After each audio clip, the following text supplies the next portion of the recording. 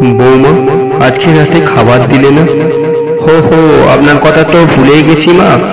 আমরা সবাই বাইরে খেয়ে চলে এসেছি, তাই আজকে রান্না হয়নি। তারপর বৌমা কোটো থেকে দুটো বিস্কুট বের করে বলে, এই নিন, এইটা খেয়ে শুয়ে পড়ুন। সীমাদেবী বললেন, রাতে এই দুটো বিস্কুট খাবো বৌমা? আর কিচ্ছু নেই? আমার তো খুব খিদে পেয়েছে। বৌমা রেগে বললেন, আপনি কি বলতে চান আপনার জন্য গরম গরম ভাত মাছ ভাজা করব? না, আমি সেই কথা বলিনি বৌমা, আমি সেটা বলিনি। আর দুটো বিস্কুট হলে ভালো হতো। না না, আর হবে না, আপনি এখান থেকে যান তো। বেশি জ্বালাবেন না, আমি খুব ক্লান্ত, বিশ্রাম নেব, যান এবার। বৌমার এমন কথা শুনে সীমাদেবী দুটো বিস্কুট নিয়ে চলে গেলেন। পরের দিন দুপুরে সীমাদেবী বেশি ভাত চাইলে বৌমা বলেন, না, ভাত হবে না।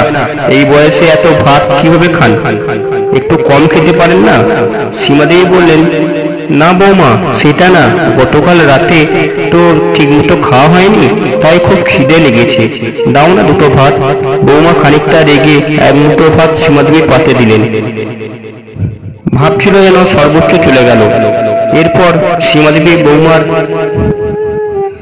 সীমাদেবীর বৌমা প্রায় সীমাদেবীর সাথে খারাপ ব্যবহার করত। মাঝে মাঝে দুটো খাবারের জন্য অনেক কথা শুনতে হতো। ছেলেও কিছু বলে না। একদিন সীমাদেবী তার ছেলে বৌমাকে ডেকে বললেন, তোদের আমাকে দেখাশোনা করতে খুব অসুবিধে হচ্ছে না?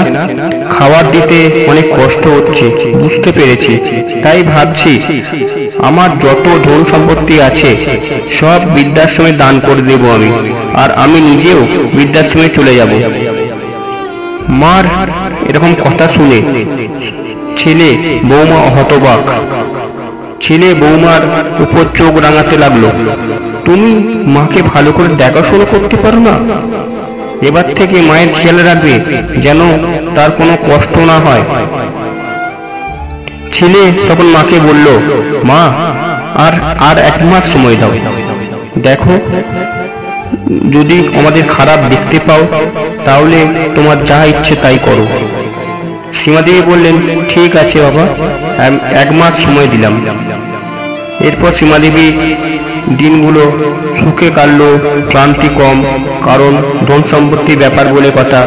আসলে আমার মনে হয় মা বাবার অর্জিত ধন সম্পদ মৃত্যুর আগে পর্যন্ত কোনো ছেলে মেয়েকে দেওয়া উচিত নয়। তাহলে হয়তো বৃদ্ধা বয়সটা একটু হলেও শান্তি ও সুখে কাটবে। এর থেকে বন্ধুরা কি বুঝলে প্লিজ কমেন্টে জানাও। গল্পটি ভালো লাগলে অবশ্যই লাইক, কমেন্ট, শেয়ার করতে ভুলবেন না।